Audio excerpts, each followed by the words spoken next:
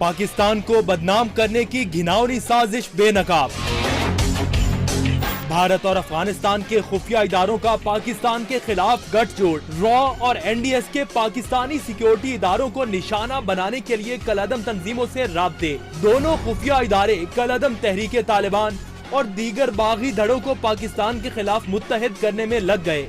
Raw और NDS की कलअदम जमातुल अहरार और कलअदम हिजबुल अहरार के नुमाइंदों से भी मुलाकातों का इंकशाफ। जराये के मुताबिक 16 अगस्त को दोनों एजेंसियों का कलअदम तंजीमों के साथ पक्तिका और कुन्नड़ में अहम इजलास हुआ। जमातुल अहरार के इकरामुल्लाह तुराबी की भी शिरकत, जिसे कुछ अर्सा कबल पाकिस्तान से अदालत ने जमानत पर रिहा किया था। इजलास में पाक फौज, पुलिस, रेंजर्स, एफसी और दीगर कानून नाफिज करने वाले इदारों पर हमलों का नापाक फैसला किया गया।